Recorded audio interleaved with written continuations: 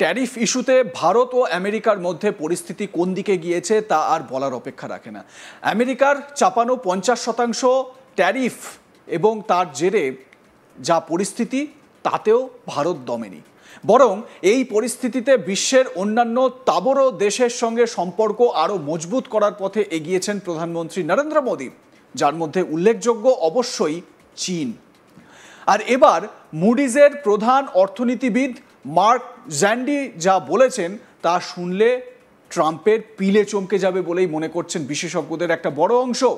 একটি আন্তর্জাতিক সংবাদ মাধ্যমে দেওয়া সাক্ষাৎকারে জ্যান্ডি বলেন, বিভিন্ন তথ্যের মূল্যায়নের ভিত্তিতে আমেরিকার জিডিপির প্রায় 1/3 রাজ্যগুলির মন্দার মধ্যে রয়েছে অথবা উচ্চ ঝুঁকিতে রয়েছে, অন্য 1/3 কেবল স্থিতিশীল রয়েছে এবং বাকি 1/3 বৃদ্ধি পাচ্ছে। তিনি আরও বলেন, গড় আমেরিকানদের জন্য এই ঝুঁকি দুটি উপায়ে দেখা যায়।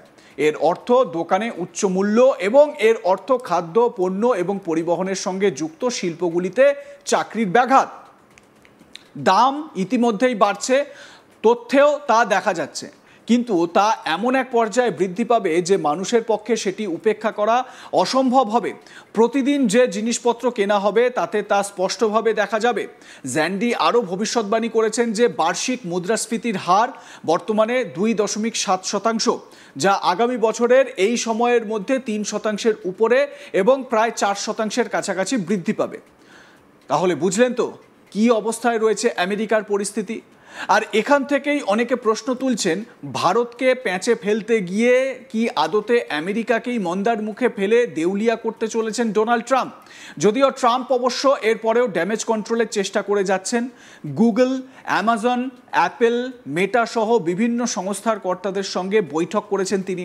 ট্রাম্প বলেন, সবাইকে অনেক ধন্যবাদ, এই দলের সঙ্গে থাকতে পারাটা সম্মানের। তারা ব্যবসায় এবং প্রতিভায় এক বিপ্লবের নেতৃত্ব দিচ্ছেন। সবচেয়ে মেধাবী লোকেরা এই টেবিলের চারপাশে জড়ো হয়েছেন। এটি অবশ্যই একটি উচ্চ আইকিউ গ্রুপ এবং আমি তাদের জন্য খুব গর্বিত। ডোনাল্ড ট্রাম্প কি বলেছেন শুনুন। Well, thank you very much, everybody. It's an honor to be here with this group of people. They're leading a revolution in business and in genius, and in every other word I think you could imagine. There's never been anything like it. The most brilliant people are gathered around this table. This is definitely a high IQ group, and I'm very proud of them. I know all of them indirectly, and I know some of them very well, but I know everybody at the table indirectly through reading about you and studying, knowing a lot about your business, actually. We're making it very easy for you in terms of electric capacity and getting it for you, getting your permits. We're leading China by a lot. Donald ট্রাম্পের ঠিক পাশে বসেই আমেরিকার বিখ্যাত businessman তথা philanthropist Bill Gates বলেন, উইন্ডোজের প্রতিটি ভার্সনের জন্য ক্ষমা চাইতে চাই, যা মূলত সবগুলোই খারাপ, আর ভাইরাস তৈরি করার জন্য দুঃখিত, যাতে আমি অ্যান্টিভাইরাস সফটওয়্যার বিক্রি করে লাভ করতে পারি। কি বলেছেন বিল গেটস শুনুন।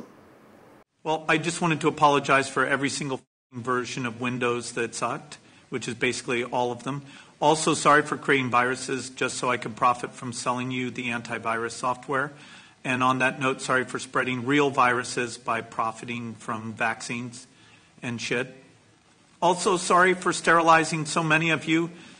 There's just too many of us, and some of you are not nice. That's why I'm trying to block out the sun. Anyway, I just came here to ask for a pardon from all the Epstein shit. Thank you.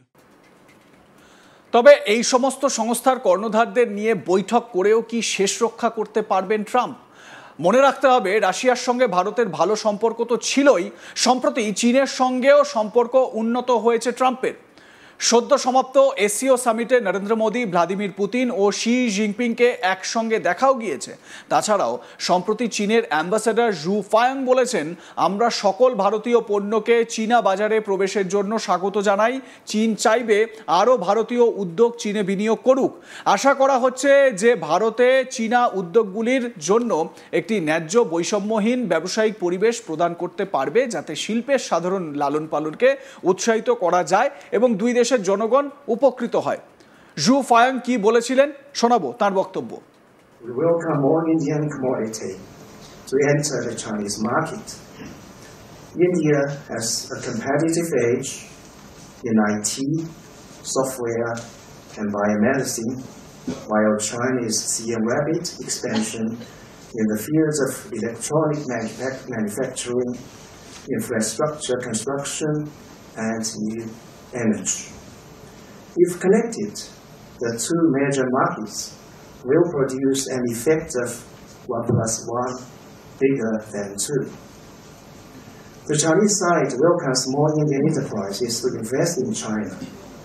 It is also hoped that the Indian side could provide a fair, just, and non-discriminatory business environment for the Chinese enterprises in India, so as to promote common development of industries and benefit the people of the two countries. তার আগে এর কয়েকদিন আগেই রাশিয়ার তরফেও কার্যত এমনই বার্তা পাওয়া গিয়েছিল। রাশিয়ার রাষ্ট্রদূত রোমান বাবুশকিন বলেন, যদি আমেরিকার বাজারে ভারতের ঢুকতে সমস্যা হয় তাহলে ভারত নিজের পণ্য রাশিয়ায় রপ্তানি করতে পারে।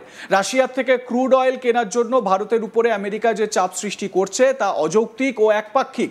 ভারতের জন্য কঠিন পরিস্থিতি তৈরি হচ্ছে, তবে আমাদের সম্পর্কের উপরে আস্থা আছে। আমরা আত্মবিশ্বাসী যে বহিঃশক্তির চাপের পরও ভারত রাশিয়ার শক্তি চুক্তি জারি থাকবে। রোমান বাবুশকিন রাশিয়ার রাষ্ট্রদূত কি বলেছিলেন সেদিন শুনুন।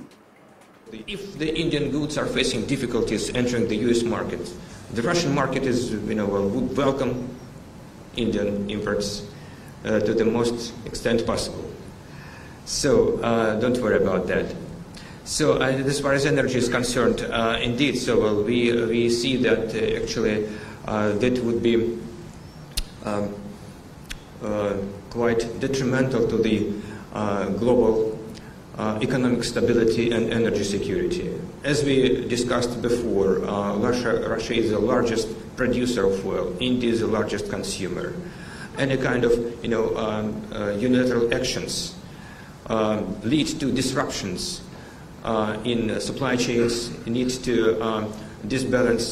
imbalance in pricing policies, so it would potentially lead to price hikes and destabilization of global markets and endangering energy security of developing countries, first of all.